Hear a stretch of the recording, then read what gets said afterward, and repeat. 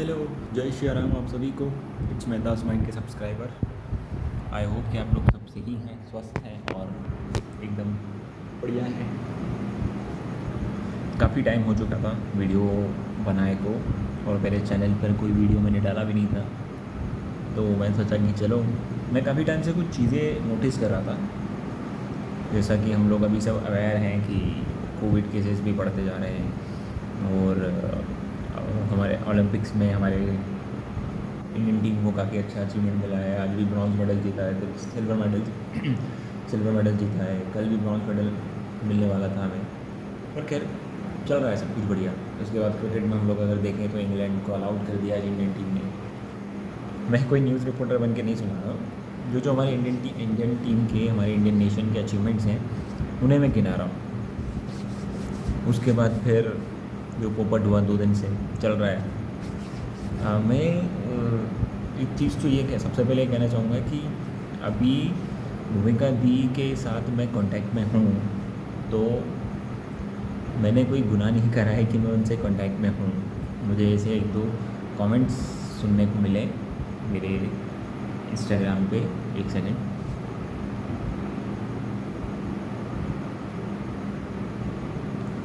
मुझे ऐसे कमेंट्स सुनने को मिले कि भाई तुम तो जो है भूमिका दी के ही दम पर चलोगे, वो तुम्हारे चैनल के बारे में अब वो बोलती नहीं है तो तुम्हें कौन देखेगा।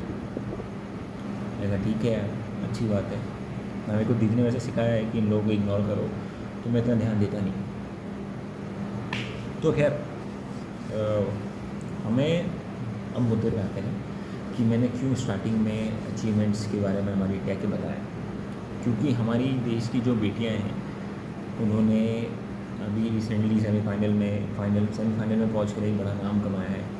हमारी सबसे पहली सिल्वर मेडलिस्ट जो है मीराबाई, उन्होंने हमें सिल्वर मेडल दिलाया, हमारे नेशन को प्राउड किया। उसके बाद पीवी सिंधु ने हमें ब्रॉन्ज मेडल दिलाया। फिर हमें ब्रॉन्ज मेडल मिले, 3 ब्रॉन्ज मेडल हमें मिल चुके हैं, 2 सिल्वर मिल चुके हैं। तो ओवरऑल देखा जाए तो इस बार ओलंपिक में महिलाओं ने जो अचीवमेंट किया है वो वाकई काबिल तारीफ़ है। हमारी इंडियन महिला क्रिकेट टीम है, वो बहुत बढ़िया काम खेलती हैं। मेरी फेवरेट प्लेयर भी हैं उसमें, मिताली राज हैं, स्मृति मंदाना है, हरमनप्रीत कौर है, शेफाली वर्मा है, पूनम यादव हैं। तो ये लोग सब एक अपना अलग ही औहदा बना रही हैं, और वो लोग साबित कर रही हैं कि आप जिस स्पोर्ट्स में सिर्फ पुरुषों को अहमियत दे रहे थे, हम भी उसमें एक अच्छा अचीवमेंट हासिल कर रही हैं। क्योंकि अगर आप लोग देखें तो अभी इंडिया और इंग्लैंड की टेस्ट सीरीज़ चल रही है, जिसमें विराट कोहली, रोहित शर्मा, ईशांत शर्मा, बुमराह, इतने बड़े बड़े लेवल के प्लेयर हैं। बट स्टिल लोग ओलंपिक देख रहे हैं, स्टिल लोग पीवी सिंधु का मैच देख रहे हैं, स्टिल वो हमारी इंडिया के जो प्लेयर है, एक नाम से है उनका, वो गोल्फ प्लेयर जो फाइनल में पहुंची, उनके बारे में बात हो रही है। तो ये एक अचीवमेंट है भारत का कि भारतीय महिलाओं ने कितना नाम कमाया है। और हमें बचपन से सिखाया भी है कि महिलाओं की हमेशा इज़्ज़त करो। मुझे तो बचपन से ये सिखाया गया है, आई एम श्योर आप सभी को घर में यही सिखाया गया होगा कि जो है महिलाओं की इज़्ज़त करो, लड़कियों की इज़्ज़त करो, अपनी बहन बेटियों की इज़्ज़त करो, अपनी दोस्तों की इज़्ज़त करो, सड़क पर बाहर चलती लड़कियों को कभी छेड़ो मत। और ये जो कि सही भी है, ये एक तरीके से देखा जाए तो सही भी है कि महिलाओं की इज़्ज़त करना भी चाहिए हमें, वो डिज़र्व भी करती हैं रिस्पेक्ट। क्योंकि एक महिला जो काम करती है since childhood to the last breath of his her life, चाहे वो किसी भी रूप में हो, माँ के रूप में, बहन के रूप में, बेटी के रूप में, या दोस्त के रूप में, या आपकी वाइफ के रूप में, या सासू माँ के रूप में, या अलग अलग रिस्पॉन्सिबिलिटी जो उन्हें दी जाती है। तो जो काम एक महिला कर सकती है वो हम पुरुषों के बस का नहीं है। जनरली अगर मैं कहूँ ऑनेस्टली, तो मुझे कोई शर्म नहीं इस बात को एक्सेप्ट करने में कि महिलाएं वाकई में पुरुषों के मुकाबले बहुत मजबूत होती हैं, बहुत स्ट्रांग होती हैं, और बहुत टैलेंटेड भी होती हैं। मुझे कोई शर्म नहीं इस बात को बोलने में, क्योंकि हालांकि मेरी कोई सगी बहन नहीं है, बट हाँ भूमिका दी है रियल से भी बढ़कर, मेरी बड़ी दीदी। हालांकि कभी डांट करने का मौका मिला नहीं, मिलेगा ज़रूर, क्योंकि अपन है ही बेशर्म, हरकतें करते हैं अपन पटांग वाली। 1-2 बार पड़ी भी है वो बाइक रेसिंग के चक्कर में, सुनाई थी उन्होंने, अपन ने सुन भी ली थी। तो खैर मुद्दा ये है कि क्यों हमें महिलाओं की इज़्ज़त करने के बारे में बोला जाता है? क्योंकि इससे आपको कोई तमगा नहीं मिलेगा, ना इससे आपको कोई गोल्ड मेडल मिलेगा ओलंपिक जैसा, बट इससे एक चीज़ साबित होगी कि आपके घर में किस संस्कारों में आपको पला बड़ा किया। ठीक है, आप अगर महिला की इज्जत करोगे तो वो भी आपकी रिस्पेक्ट करेगी। एक हस्बैंड अगर अपनी वाइफ से एक्सपेक्ट करता है कि मुझे वो एक इज़्ज़त दे, मेरा मान सम्मान करे, तो बदले में वो भी वही एक्सपेक्ट करती हैं कि आप भी उनको वही रिस्पेक्ट दो। जो देखा जाए तो मोलेस्टेशन का केस होता है, या फिर जो मानसिक प्रताड़ना का केस होता है, दहेज के लिए मारपीट की जाती है, पति पत्नी के बीच बंधन होती है, जिसे मोलेस्टेशन भी कहते हैं, और एक और कुछ वर्ड बोलते हैं, पता नहीं क्या बोलते हैं, भूल गया, वही कहते हैं। तो खैर हमेशा से हमें ये कहा गया है कि भैया महिलाओं की इज्जत करो, क्योंकि सही भी है वो, पर इसका मतलब ये नहीं होता है कि महिलाएं अपनी उस ट्रम्प कार्ड को गलत तरीके से यूज़ करें। क्योंकि ये जो टॉपिक है ये अभी रिसेंटली वाला है, लखनऊ वाला मैटर, जो कि ट्रैफिक पर देखा गया था कि एक लेडी ने एक कैब ड्राइवर को बुरी तरीके से मारा, करीबन 22-25 चांटे मारे। कितने चांटे मारे तो काउंट किया नहीं, बट न्यूज़ में मैं सुन रहा था कि 25 चांटे 22 चांटे उस लड़के को मारे, उस cab driver. So according to that girl, उनका ये कहना था कि उस कैब ड्राइवर ने इनको ठोका, और उसको ठोका और जान करके ठोका, क्योंकि वो कुछ गलत इरादे से आया था वो बंदा, और उसने उस लड़की को ठोका और उसको चोट लगी, तो उसके बदले में उसने 25 से 26 चांटे मारे। पहले तो ये साबित हुआ कि भैया उस लड़के ने ठोका, तो वहाँ की जो ट्रैफिक पुलिस है उसने उस लड़की की सुनी, क्योंकि कायदे से कहा जाता है कि लड़कियाँ हमेशा सिंपैथी गेन करती हैं। मैं यहाँ लड़कियों को गलत नहीं ठहरा रहा हूँ, मुद्दा मेरा ये है कि लड़कियाँ हमेशा सिंपैथी गेन करती है, इसलिए उनको बोला जाता है कि उनकी ज़्यादा सुनी जाती है। मोस्टली ये होता भी है, अगर आप सड़क पर देख लें, अगर कोई आदमी गिरा हो या कोई जेंट्स गिरा होता है तो उतना क्राउड नहीं होता है, ऐसा सुना है मैंने। ऐसा हुआ नहीं है मेरे साथ तो, कभी मैंने ऐसा नोटिस किया नहीं, क्योंकि एक दो बार जब मैं गाड़ी से स्लिप हुआ हूँ या बाइक से स्लिप हुआ हूँ या साइकिल से स्लिप हुआ हूँ, तो मुझे लोग उठाते हैं, देखने आते हैं, लोग मदद करते हैं। तो ऐसा कहा जाता है कि अगर लड़की गिर जाती है तो ज़्यादा क्राउड आता है, या लड़की अगर रो दे तो वो सही है, लड़की ने किसी घर पर आरोप लगा दिया तो वो सही है। तो हुआ भी वही, उस लखनऊ उस लड़की ने, मैं उनका नाम नहीं लूँगा ना, मैं उस कैब ड्राइवर का नाम लूँगा, क्योंकि रिस्पेक्ट है भाई, दोनों आप अलग लेवल पे। तो उनका ये कहना था कि इसने जानबूझ करके मेरे को ठोका, उस कैब ड्राइवर ने, जब, और उसने ट्रैफिक पुलिस ने उस चीज़ को माना और उस लड़के के खिलाफ FIR करी, उसको अरेस्ट कर लिया गया। उसका मोबाइल तोड़ दिया उस लड़की ने, उसको चाटे वाटे मारे, उसके साथ धक्का-मुक्की करी, बेइज्जती करी। नेक्स्ट डे जब उस ट्रैफिक की CCTV फुटेज आई तो उसमें ये देखा गया कि लड़की यहाँ थी, इस लेवल पे, और कार का डिस्टेंस ये था, मतलब this is a car and this is the girl, इतना डिस्टेंस है। और उस लड़के ने रोकी क्यों थी? क्योंकि रेड लाइट हो गई थी और बाकी पब्लिक भी रुकी थी वहाँ पे। तो अब मुझे ये नहीं समझ में आया कि भैया अगर रेड लाइट पर बंदा ना रोके तो भी आप उसको गलत मानो, ठीक है, क्योंकि सिग्नल तोड़ा, इसके अलावा उसको चालान काट सकते हो। अब बंदे ने गाड़ी रोकी, आप सडनली उसके सामने आ गई, तो उसमें उसकी क्या गलती? आप उसको ज़बरदस्ती उस पर आरोप लगा रही हो कि उसने आपको ठोका। अगर उसने आपको ठोका भी तो आप गिरी क्यों नहीं? उसने तो ठोक दिया आपके अकॉर्डिंग, तो उस लड़के ने आपको ठोका, आपको उसने जानबूझ करके टक्कर मारी, आप गिरी नहीं। CCTV फुटेज में दिख रहा है कि आप स्ट्रेटली खड़ी हुई हैं और आप टर्न हुई, फुल कंट्रोल में, आप फुल कॉन्फिडेंस, फुल कंट्रोल में थी, आप पूरे होश आवाज़ में थी, आप टर्न हुई, आपने उसका ड्राइवर को बाहर निकाला, उसको चाटे मारे, आपको लगी नहीं, आपके बॉडी पर कहीं आपने निशान दिखाया नहीं। अब आप कमेंट कर, अब जब उस लड़के ने अपने वकील की मदद से आपके ऊपर केस करा, तो अब आप एक न्यूज़ चैनल को क्या रिपोर्ट दे रही है? मतलब एक न्यूज़ चैनल पर इंटरव्यू दे रही थी वो मैडम, और न्यूज़ चैनल पर क्या इंटरव्यू दे रही है कि मुझे 100 लोगों ने मिलकर 300 मीटर तक घसीट के मारा।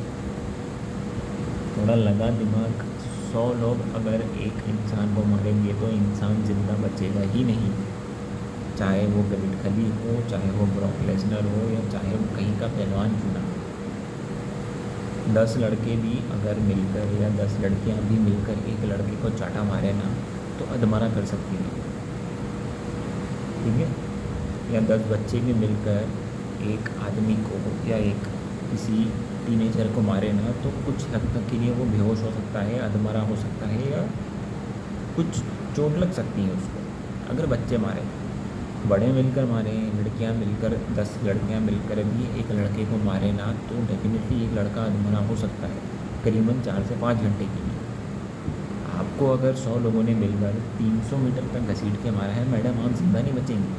आपकी हेल्थ देखकर लग रहा है तो थोड़ा सोच समझ कर कमेंट करें मैडम। अभी कुछ समय पहले जोमेटो वाला केस हुआ था, एंड में क्या हुआ, उस लड़की ने माफ़ी मांगी। क्यों? क्योंकि उसको समझ में आ गया था कि भैया पब्लिक समझ गई है कि चूतिया बना रहे हैं पब्लिक को, ठीक है। अभी आपका भी केस इन्वेस्टिगेशन चल रहा है। अगर आप गलत साबित होंगे तो उस ऑटो वाले की तो इज्जत गई बेचारे की, कैब वाले की तो इज्जत गई। उसने तो आप पर आरोप लगाया, उसने क्या बोला कि मुझे तो मेरा आत्मसम्मान वापस लाना। मोबाइल गया मैं निपट लूँगा, मोबाइल का जो खर्चा है वो मैं सेठ से बात कर लूँगा, वो मोबाइल भी उसके सेठ का था, उसका नहीं था। मोबाइल गया मैं निपट लूँगा, लोगों ने मारा मैं सहन कर लूँगा, मुझे मेरा आत्मसम्मान वापस ला।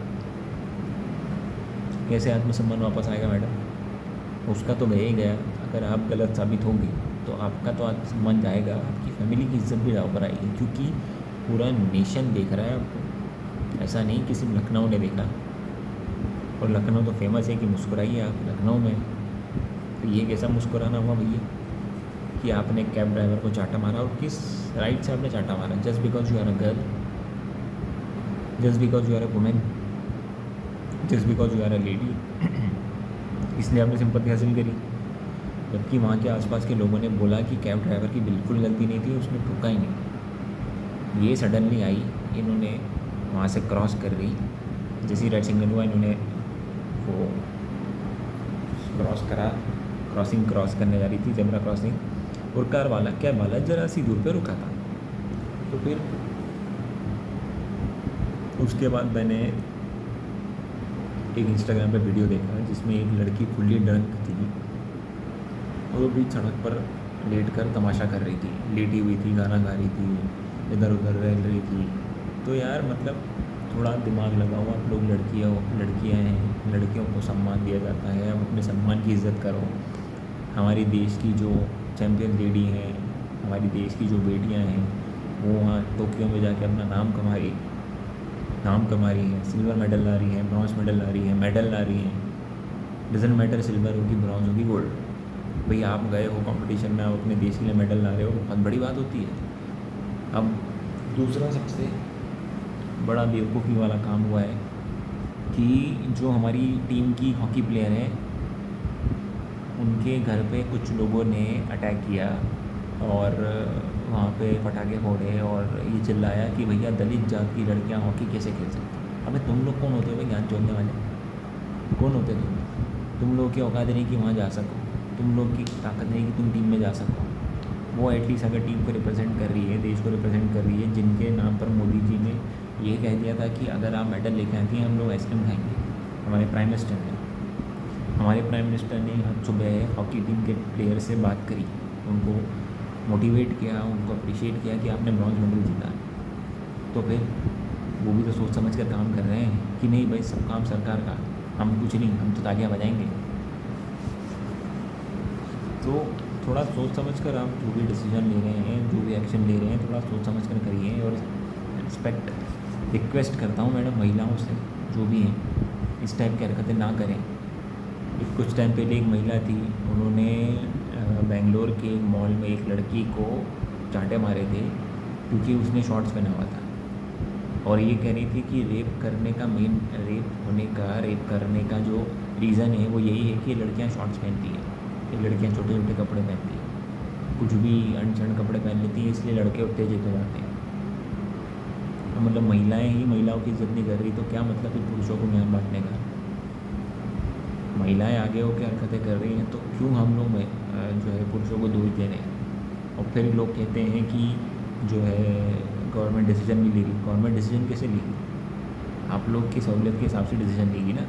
मैं यहाँ किसी पार्टी को सपोर्ट मैं करने नहीं बैठा हूँ, बट जस्ट बिकॉज मैं सिर्फ ये कह रहा हूँ कि जब तक पब्लिक खुद नहीं समझेगी, जब तक दिमाग खुद का नहीं चलाओगे, अपने मान सम्मान के साथ साथ अपने आसपास के लोगों का ध्यान नहीं रखोगे, कुछ नहीं होने वाला है। सो इट्स रिक्वेस्ट प्लीज़, जो भी इन्वेस्टिगेशन चलती है उस मैटर की चलने दीजिए, जो सही है वो बाहर आएगा। वैसे तो हालांकि उस लड़की को समझ में आ गया है, जिस तरीके से वो बुला रही थी न्यूज़ चैनल पे, वो समझ गई थी कि अपन ने गलती कर दी। तो मैडम रिक्वेस्ट है आपसे कि आप उस कैब ड्राइवर से माफ़ी मांग लें, छोटी नहीं हो जाएंगे आप। माफ़ करने वाला भी बड़ा होता है और माफ़ी मांगने वाला भी बड़ा होता है। तो प्लीज़ ध्यान रखें अपना, आप सभी लोग भी, और इस टाइप की हरकतों को टॉलरेट ना करें और अपना ध्यान रखें। और कोविड अभी गया नहीं है तो प्लीज़ अपना और अपने परिवार का ध्यान रखें, वैक्सीन टाइम पे लगा लें। और सबसे मेन बात कि जिनका भी अभी रिज़ल्ट आया है 10th 12th CBSE वालों का, जो भी रिज़ल्ट आया है 50 60 70 80 90% जो भी आया है, आप सभी को congratulations and all the best for your future. ऐसे ही अच्छे से पढ़ें। अभी हम जानते हैं कि कोविड की वजह से जो रिज़ल्ट आप लोग का आया है वो आप लोग को सफिशिएंट नहीं लग रहा होगा। जिन्हें लग रहा है वो अच्छी बात है, जिन्हें नहीं लग रहा है वो थोड़ी और मेहनत करें नेक्स्ट ईयर। पढ़ाई तो करनी है चाहे कुछ भी हो जाए। तो स्टे सेफ, स्टे हैप्पी और ध्यान रखिए। जय श्री राम, जय हिंद।